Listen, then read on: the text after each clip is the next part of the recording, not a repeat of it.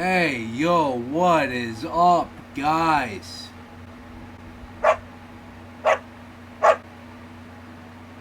This guy kidnapped me. I'm being held against my will. No. But yeah, guys, I'm here today with my trusty crypto popcorn bucket. It's kind of cool. You know, I didn't have like a interchangeable one, unlike one I will show you soon in a video coming up, which is pretty cool. But yeah, that was pretty cool to get. But I have just seen Superman Legacy, Superman 2025, whatever you want to refer to as. I've been wanting to see it for a long time, and finally, as of today, I've seen it 2 days after release, and I'll just say I liked it a lot. It was good. It was really good. I didn't like it as much as I thought I would, but I did really like it. Now, I think this movie is like, it's that close to being something so perfect. It has that comic book feel. It has that perfect balance of silliness and grit, and I think it has a rough start, like it. I forgot about this. If the audio is bad, I apologize. I completely forgot about my microphone.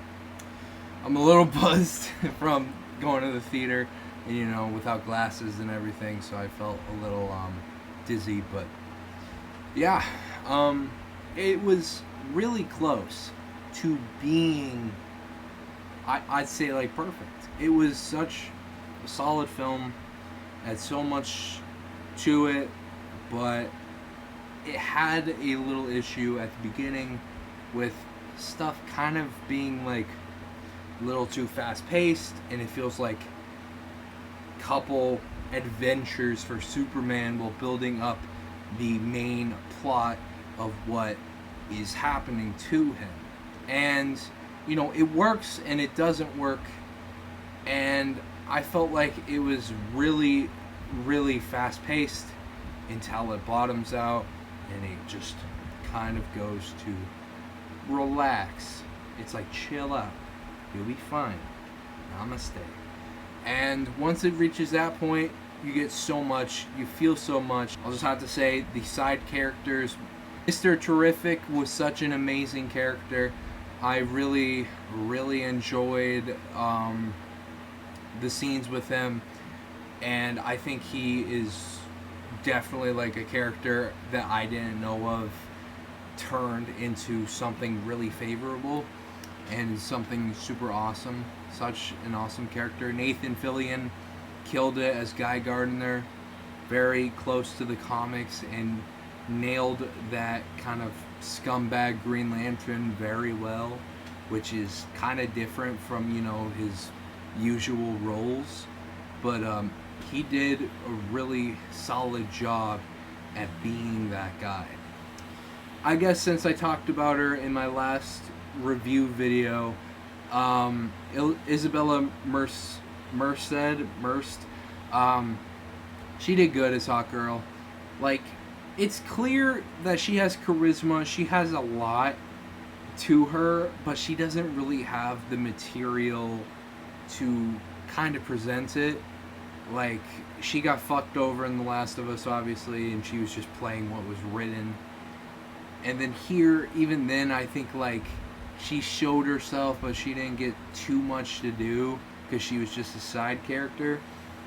So I'd really like for her to get like a solid role where she can like show her talent. But for what she was given, she did good. But the main three that we need to talk about: Clark Kent, Lois Lane, and of course Lex Luthor. I want to reflect on Clark and Lois first, so we can leave Lex for the end. But Clark and Lois felt perfect casting.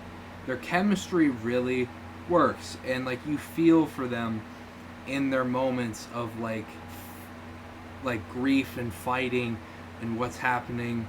I think David Cornsweet did very, very, very well as Clark Kent and Superman. And I love that difference, that you can see the difference between Clark Kent and Superman. I know there's this whole thing about the hypno glasses now, and that's like clears up a loose end that everybody's always had with like, oh, he wears the glasses and then somehow he takes it off and people think he's a different guy, and they say it's like hypno glasses and everything. But with his style as Clark Kent, you wouldn't even tell. You couldn't even figure out that was Superman. Like, it is the perfect juxtaposition between the mask and the human. And the mask obviously being Clark Kent, and, you know, the human being Superman, because, you know. But still, it is such a good, like difference that you could see. And I think he just acts his ass off, and he does really well. Something I love is that James Gunn knows what he's doing with these characters, and he has Superman protecting everyone and everything. I'm not getting into spoilers, and this isn't even really spoilers, but he saves the dog, he saves the squirrel, he saves the city. He makes sure each and every time to pick up after mistakes and try not to destroy things. And that's how Superman should be. He values human life above everything. He values protecting this world above everything. And he can't let others get him down on that. Even if he feels compelled and be like, this isn't what I'm supposed to do, but I'm doing it anyway. What is wrong with me? And he still keeps going. Why? Because he has those human characteristics. And he has such great scenes with his dad and Lois. And it's just so good. Lois was a really solid piece, doing the better version of the journalism and like kind of being there for Clark. And it's just like, she brings out the best in him, and also is trying to do her own thing that can help these people she works with Jimmy Olsen and Larry and everybody. It's just like she forwards herself and she tries her hardest to be that rock to people. But I gotta finish off the characters with Lex Luthor, because Nicholas Hoult is Lex Luthor. This was the best Lex Luthor performance ever, and I'm tired of pretending it isn't, because he did fantastic. This is truly number one hater energy. He can get beaten down, he can get thrown around, and like, you know, he could lose a couple of his like plots, but that will never stop him from hating Superman as much as he does. And the lengths he goes to in this movie is just so extreme. And I saw it before going in and it got me excited, but people said, like, if Lex Luthor is like this, I can't imagine what the Reverse Flash is going to do. And I forward that because, like, this guy is not mentally stable, just to say the least. But he was really good. He was really good. Like, you could see the comics just flowing through him, the rage, the character was fully held by Nicholas Hoult, and he didn't want to let it go. And it felt so good to watch that. So, I mean, other than a bumpy start, some rough comedy, and a couple moments that were, like, kind of a little too silly, it's a comic book movie anyway, so, like, you're gonna get some silly, but I thought it was really solid. I will give it a 7.5 out of 10. Again, really solid. Gotta kind of got a bumpy little start, but I think with like tighter focus on the main story, this is going to be a really successful and fun universe. I think there's going to be a lot that really makes this pop.